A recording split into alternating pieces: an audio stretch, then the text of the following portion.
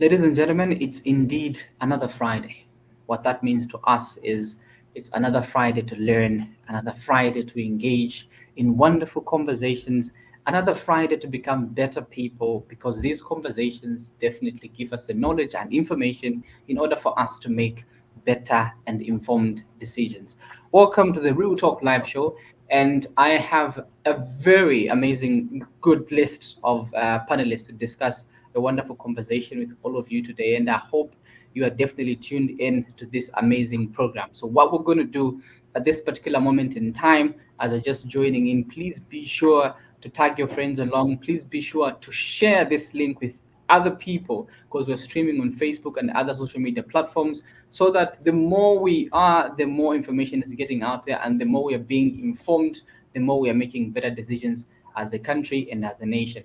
Today's topic is very interesting because we're talking about coping mechanisms. Many are the times we, as young people, we as citizens of different countries, are finding ourselves in situations where we need to cope, we need to adjust. And today we're exploring various coping mechanisms and techniques for managing stress, anxiety, and depression. Interesting, isn't it?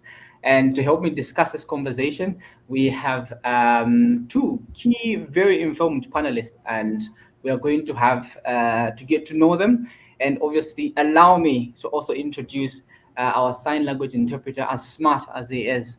His name is Shadrach Johnson. Thank you so much. And now I'm going to allow our panelists just introduce themselves by name and who they are. Then we get into the conversation.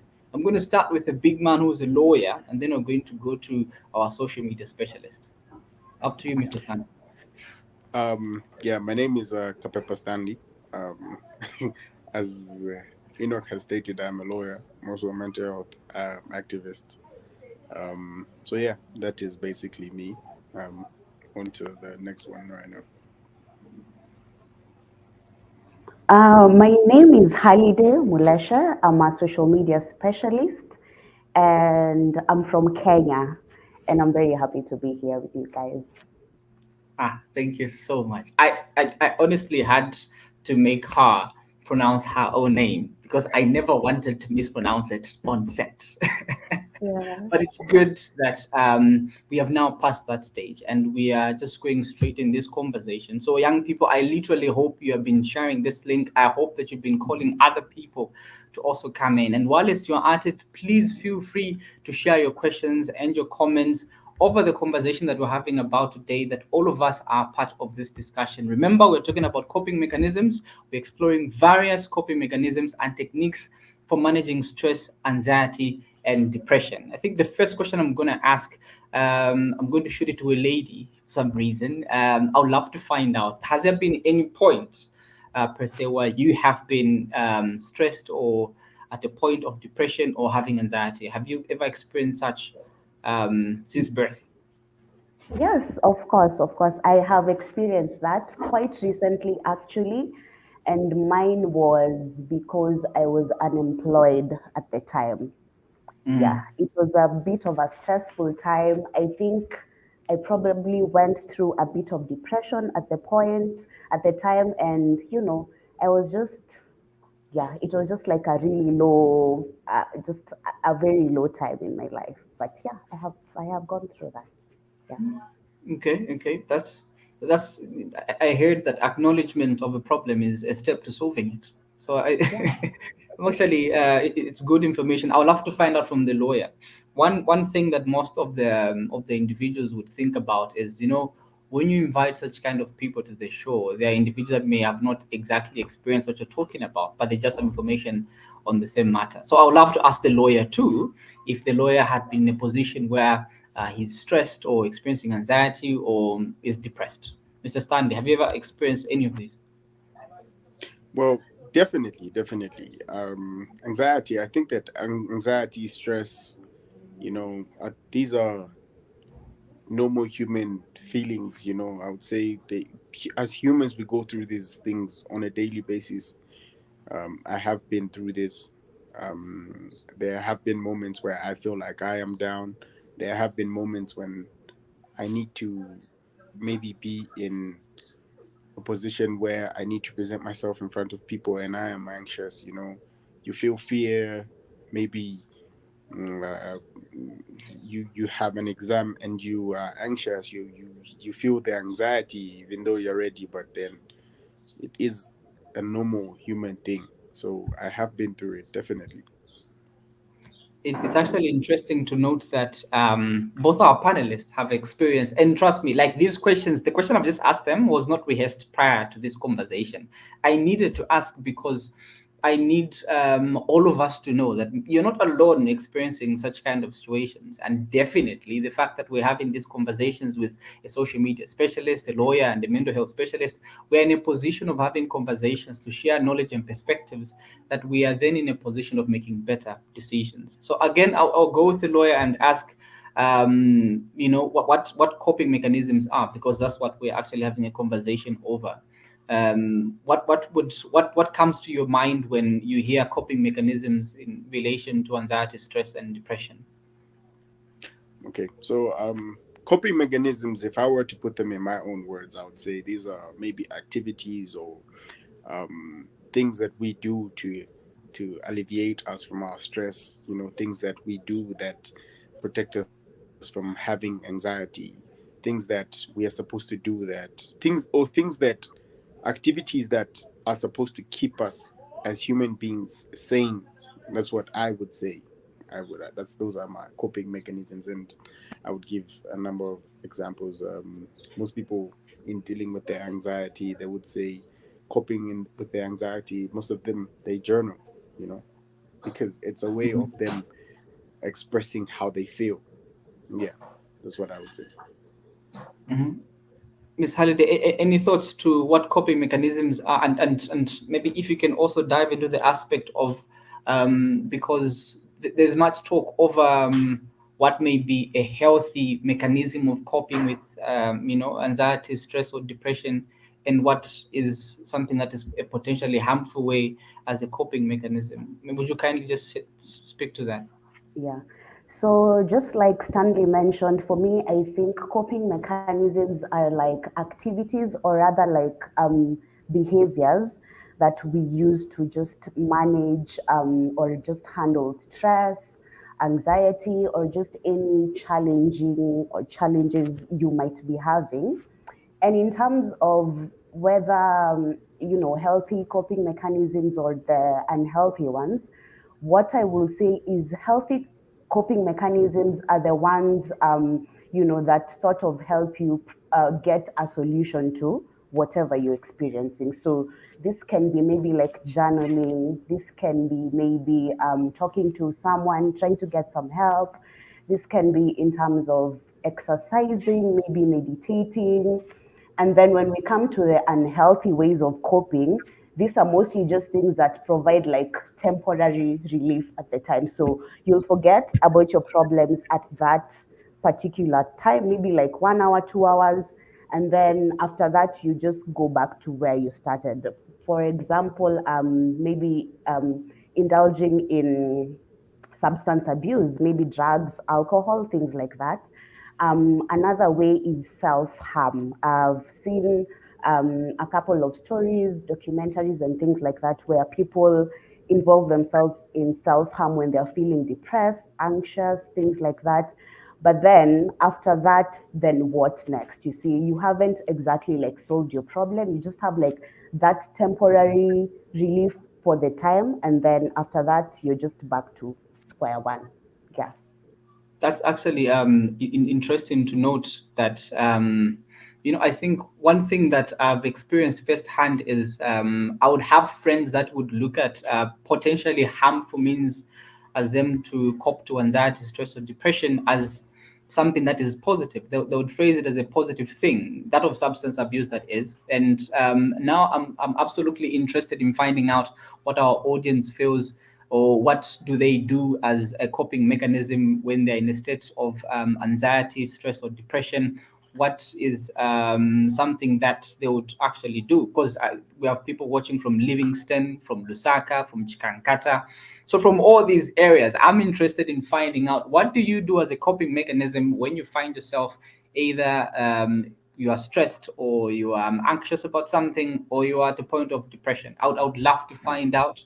If we can just type that in the comment box, and please don't forget to keep on sharing, because this conversation is definitely an interesting one for us to actually learn through. Now back to Mr. Stanley. I would love to find out, you spoke of anxiety, because there was when you are giving your flow on coping mechanisms, why you have a presentation to do and then you get anxious.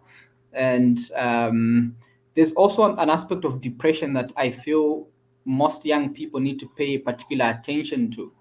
And at times we may not exactly recognize it as depression, and we just do whatever we do in order to just get by the day. As you know, Miss Halliday mentioned that we'll do something today, and tomorrow we are back in our same situation because we've chosen a potentially harmful coping mechanism than the other. So I would love to find out, what are your thoughts and opinions on how best someone can handle depression and anxiety? I think Mr. Stanley has fallen off. Would you love to take it up and give your perspectives on the same? Yes, yes, for Um. sure. He's back. Okay. Perfect. Oh, He's back. I think Yes. I think the network cut. I don't know what was the question again. What would how can someone handle anxiety and depression? What would be your 2 cents on the matter of how someone can handle anxiety and depression? Okay. Um. I mean, depression. First things first. Like you said, acceptance is the biggest thing that someone has to do. You have to accept, first things first, you have to accept that you have a problem that needs alleviating. There is a problem that needs some help. So how do you handle anxiety? Personally, I will give you my personal experience. Anxiety, the way you handle anxiety is, you when you accept that you have, first things we have to establish is anxiety and depression are mental health illnesses, first things first. So it is an issue that starts with the mind. So you have to establish your mind to be strong. First things first, your mind has to be strong. Secondly, you need help. You need to talk to people. You need to address your problem. You also need activities that help you, that keep you from thinking in a negative um, manner. So I would say the best I would do, for me personally, I run. I run. I go on jogs. Maybe I will go to the gym once in a while. I will write. I will also attend health meetings, conversations such as this. They help you understand, help you express yourself. Yeah, those are my thoughts on how someone can handle depression and anxiety. Okay, and I actually have a pressing question for social media specialists, because we're living in a digitalized world where you don't have to watch TV anymore for you to know what's going on. Everything is Yeah. literally on social media. It's Facebook, TikTok, WhatsApp, and everything like that. How exactly does social media play a role when it comes to anxiety, stress, as well as depression. I would love to find out in the perspective of both the good and the bad. And maybe if you can also speak to how best we as young people can better utilize social media, because he's mentioned aspects of where you have to talk to someone, but we have conversations on social media. That's where our friends are on social media. That's where our conversations are on social media. He's talking about seeking help. I may be in a place where there's no facility to go to someone and talk to, but I have access to them through the mobile phone that I have. How best can we handle this situation? So the social media thing is definitely, a bit controversial, let me say. There are people who think it's a bad thing. Some people think it's a good thing. But like with this age we're in right now, it's actually a very vital thing. And, as young people, most of us have like these social media platforms, Instagram, Twitter, whatever. And some of us are really like connected with our followers, our friends, and just people who we get to engage with on social media. Looking at the positive side on how, on what role social media plays in this, what I can say is if someone is going through any of this in terms of, anxiety, stress, depression, one of the positive ways in which social media can, come through is you can sort of have like a discussion with your friends, your followers, and you can find someone who might actually give you, or rather provide like a solution that you hadn't thought of. So, or probably just try to get advice from someone, maybe like a specialist, maybe like a mental health specialist or something like that. Then you can reach out to them, and then they can help you with that. Another thing is through social media, you're able to get like many resources and information on how you can, handle stress, how you can handle anxiety, as long as you're looking in the right places. And then social media also just provides a sort of distraction in a way. When you're watching those TikTok videos, watching those funny reels on Instagram, sometimes it just makes you shift, like for a moment, you just like forget about your stress, and then it just keeps your mind relaxed. But then, as you say, there's also like a negative aspect to it in terms of we find most young people these days, you're always trying to compare yourself with someone. Someone is there posting they're traveling to Dubai maybe every week, they're doing this, spending money, and then you're trying to live like them, but you really can't. And then it gets you depressed, because now you're there trying to compare, like, this guy is 21, I'm 25. How is he doing all this? And, I'm just still here. I have no clue about what I want to do. The other thing is you can get social media addiction is a thing. Like just being there 24/7, you're ignoring what's around you, you're not aware of what's happening with you, then that's a bad thing. Because if you choose to ignore what's happening with you, then you're not exactly helping yourself. And then the last thing is the aspect of cyberbullying. So I mentioned that you may sort of try to seek advice or help from your online community. But then at the same time, you might do this and get people who just bash you there, just like, what are you talking about? Things like that, just things that get to you and they get you really hurt. So yeah, there's a bit of there's a bit of a balance. Like there's a positive side to it and a negative side. But what I think is, if you approach social media in the right way, in terms of, if you're feeling like you keep comparing yourself to people, you don't have to follow these people on Instagram, on TikTok, or whatever. You can follow pages that actually, help you. There's so many, helpful things these days. If you're looking maybe for some skills you want to add, you can check out some pages. If you're looking on how to, handle depression and all, the people who, provide content on that. So just make sure like the content that you're digesting is something that's actually helping you and not making you just think of how you're irrelevant, of how you're not making it in life, you're getting older, you have nothing to show for it. and so on and so forth. Yeah. I think still on the subject Can of social media. Yeah, please just add a few notes. can I can I just add a bit some? Yeah. So and adding to what she has said, the beauty that with social media is there's so much information that has been um added. People now feel the need to share information. So information is readily available everywhere. That is a good of social media. Another thing is there are so many spaces now. There are Twitter spaces, people conversating. You have spaces like this one by ZYP where we're having a conversation about mental health. It is a very great thing. And I agree with her when she said that now, with the social media around, we feel the need to compare ourselves to our friends because we feel like, as young people, we're not doing better than others, but we don't understand what they're doing for them to live the life that they are living, which is a weakness that we have found. Another thing that I should add is that in this generation, I don't know if you have noticed, Enoch, um, people think that it is cool to be depressed. You see a lot of people posting on social media like, oh, you don't understand how depressed I am. But do you understand what depression really is? You know, I think that the bad that has come with social media is that it has created a bit of ignorance on a lot of subjects because now we don't want to get knowledge. We feel like just because it's trending on social media, I should jump on that wave. Yeah.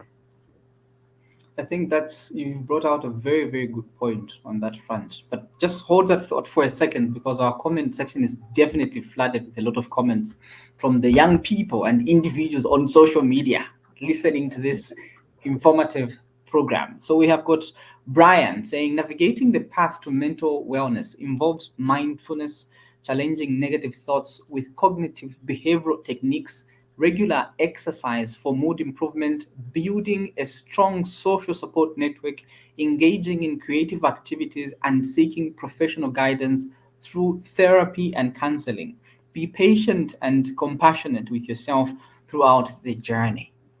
Brand sounds so educated, so educated. We have got the other comment saying, let me pronounce this name properly. Muyambango. I hope I pronounced it properly. Yeah. Muyambango. Stress, depression, It's and Muyamba. anxiety. These can be managed by taking a lot of exercises on a regular and also eating a well balanced meal. I'm sure after a well balanced meal, someone else talking to themselves right now, but I don't eat much to have a well balanced meal. How do I go about it? We've got Agnes talking about talking to somebody you trust, trying looking after your physical health. Some would eat their favorite foods and drinks, breathing exercise, keep your mind busy by being on social media. Okay, okay. I think she's alluded to the aspect of trusting someone, having a conversation with them. And we also have Rebecca saying some of the ways in which one can overcome stress, anxiety, and depression is by eating healthy, I believe, exercise, get plenty of sleep, and give yourself a break if you feel stressed out. Taking care of your body, take deep breaths, stretch, or meditate. Try to eat healthy, well balanced meals. Interesting, Rebecca. One thing I've noticed from most of these comments is they're talking about food. So, panelists, I'm going to ask you a question about food very soon with regards to mental health. People, I think there's people something love I'm eating. missing with meal and mental health. Alexis is saying, I believe it's important for one to participate in productive activities that boosts one's morale, esteem, self-worth, etc., etc. Interesting enough, she's spoken to the aspect of morale and self-esteem. For example, she continues, my safe space or happy space is when I am dancing. I get to channel all the negative emotions that I'm feeling and release them while dancing. After hearing this, now I feel like my safe space is talking about money. Yeah, interesting. I'm also learning something, you see. Uh, again, we go back to Muyambango saying also we can manage these mental health disorders by socializing with our friends, reading books like novels, playing music that helps someone to relieve from stress. Muyambango from Choma. Choma is watching. Let's keep sharing and having such conversations in trauma as well. Now back to the panelists, because I'm so eager to find out what food has to do with stress, anxiety, and depression. Because most of the comments sections, we're having conversations about food. They're talking about a balanced diet. They're talking about eating well, aside exercising, self-esteem, self-worth, and many of other these things. I want to know especially about food, and I'm going to ask this question to Mr. Stanley. I would love to hear your 2 cents on what role does eating healthily play when it comes to someone being anxious, stressed, or depressed. Thank you, Enoch.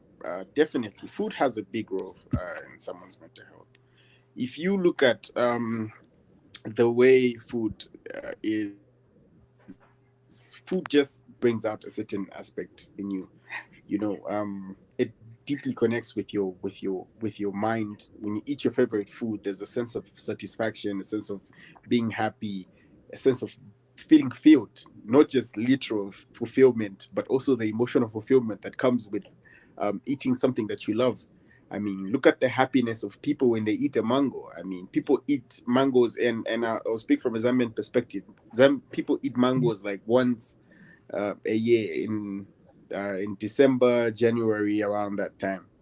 But the satisfaction that comes with people eating mangoes is just something different. I mean, if I can speak about myself, I love eating fried cassava.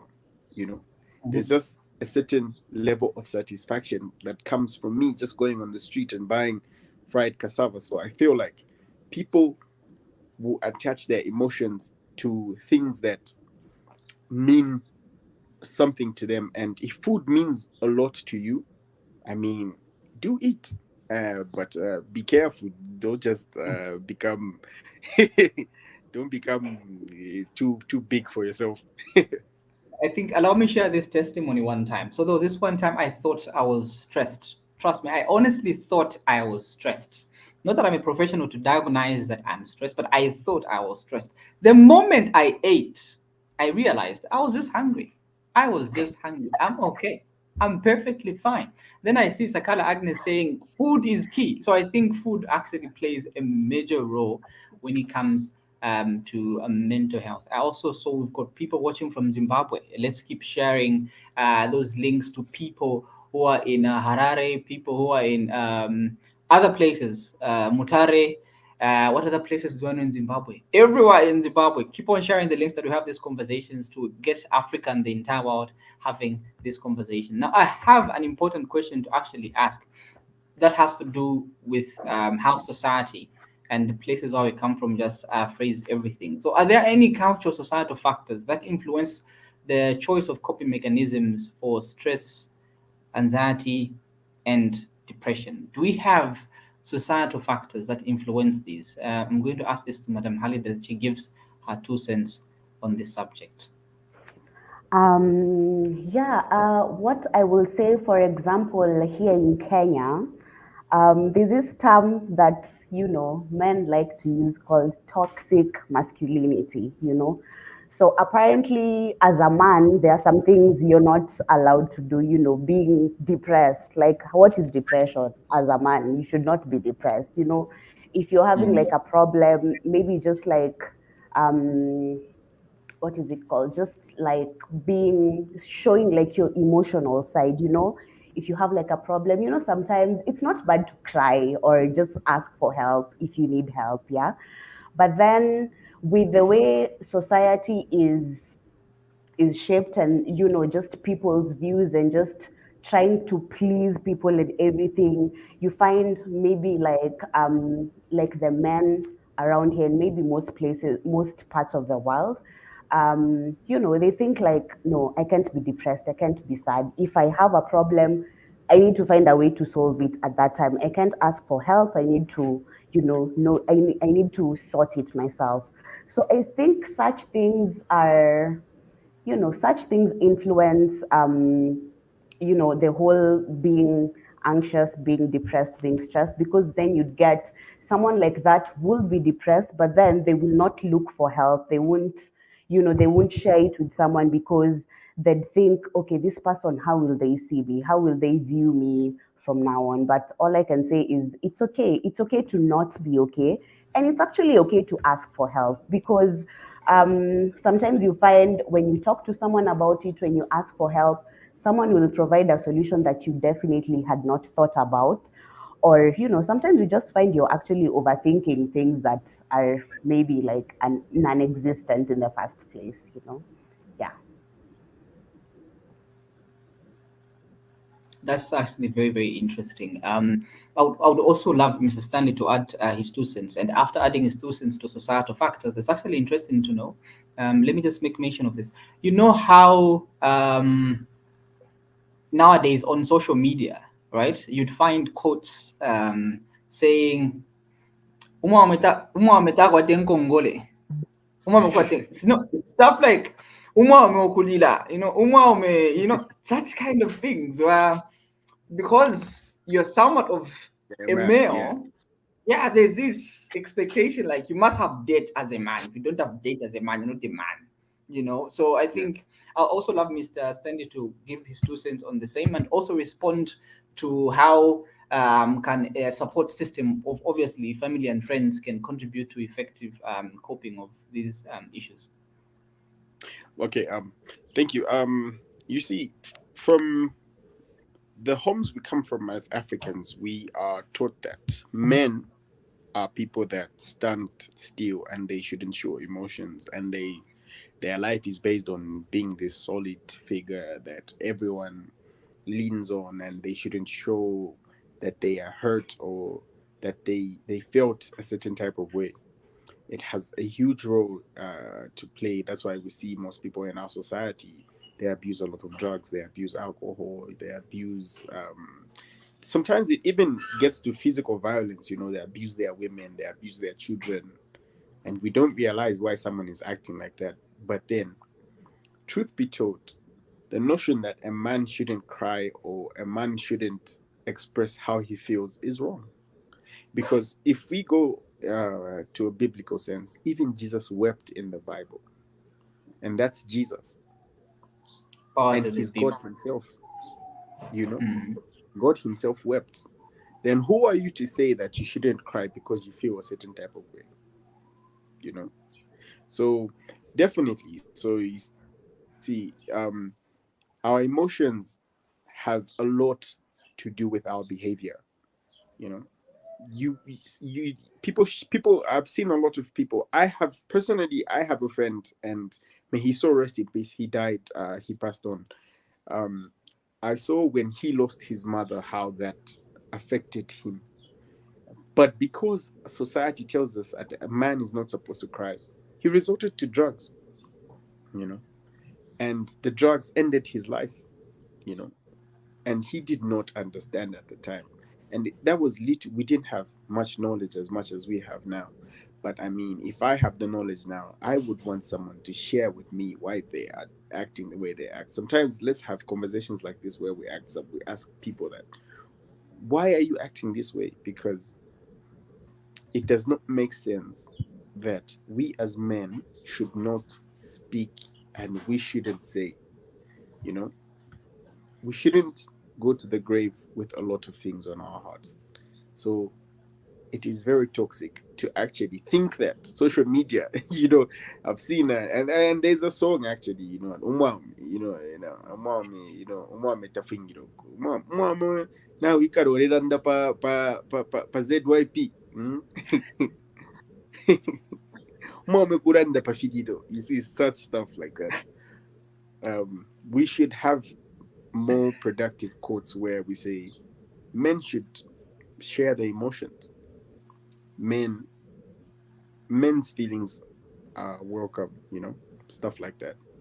Yeah. Um and what was the second question?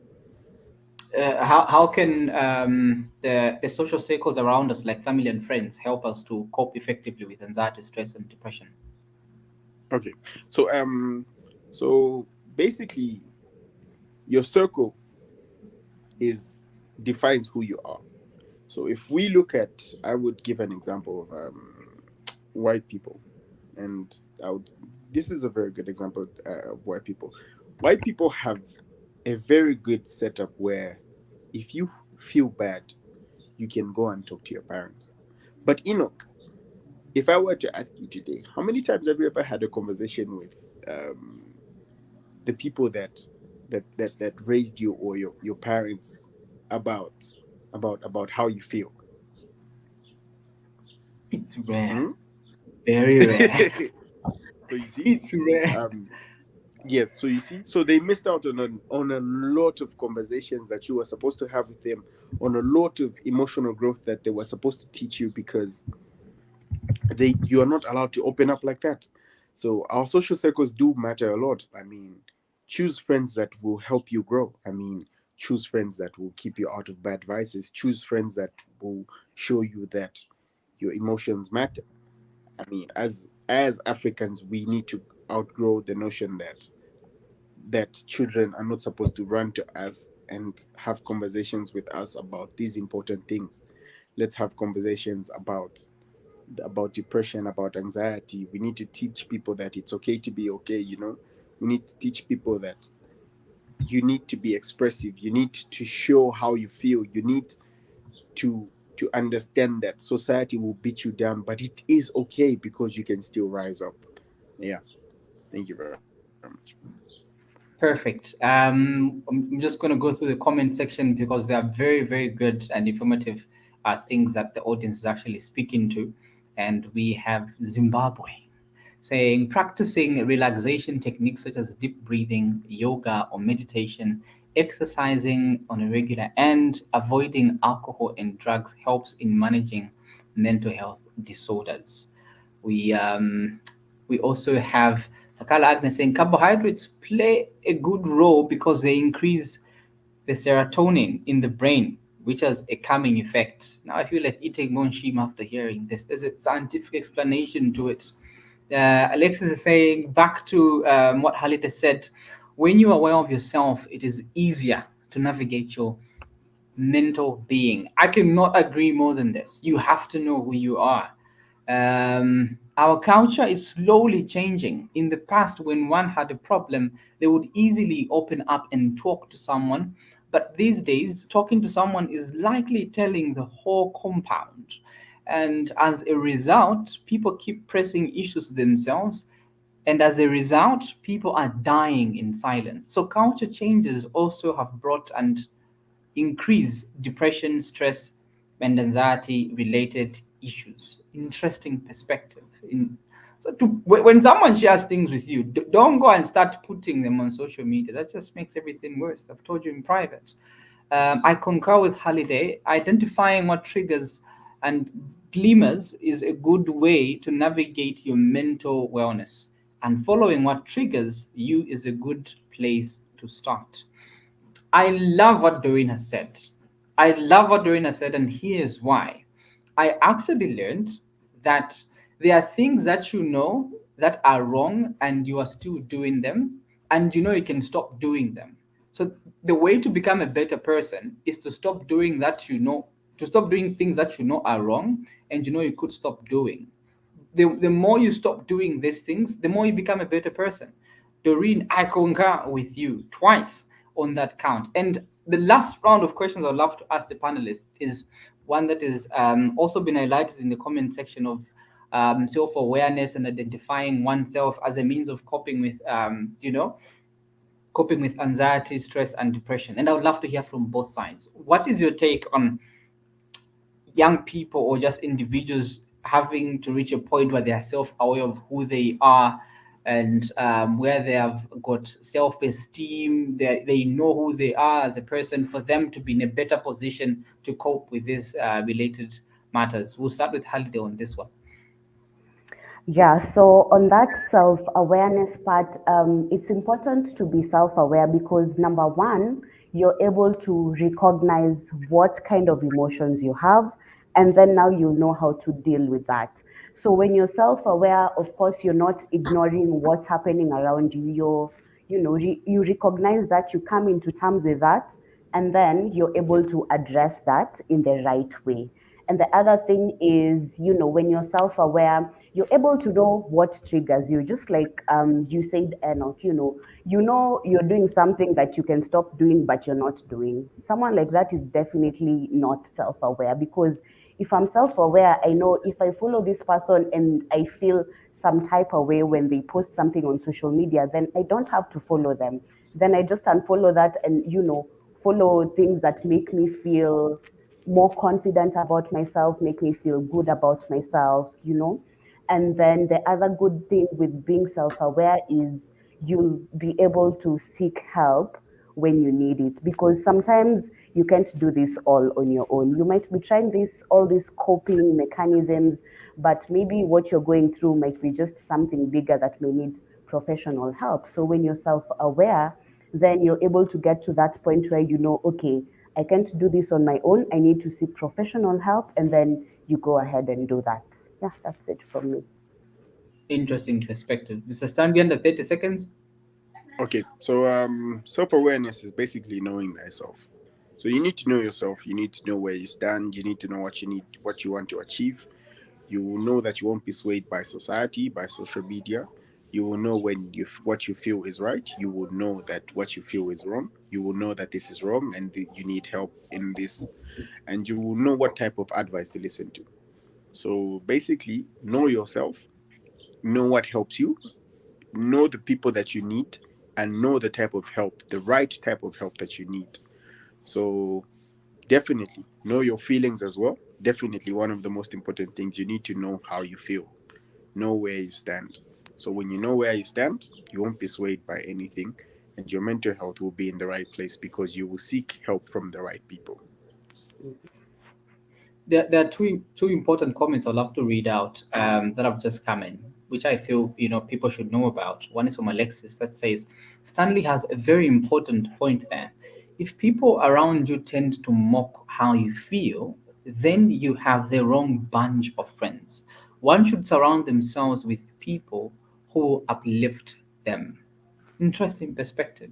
Then the other one says having social support from friends and family makes it easier to deal with anxiety, especially when it comes to your mental health, your mental wellness and being. Interesting enough. And as we just wrap up, as we just about to finish the show, I would love to hear your key takeaways as individuals who are on the panel. And also, if you're in the comment section, please be sure to write up what was your major key takeaway in this conversation. What have you learned to make you become a better person?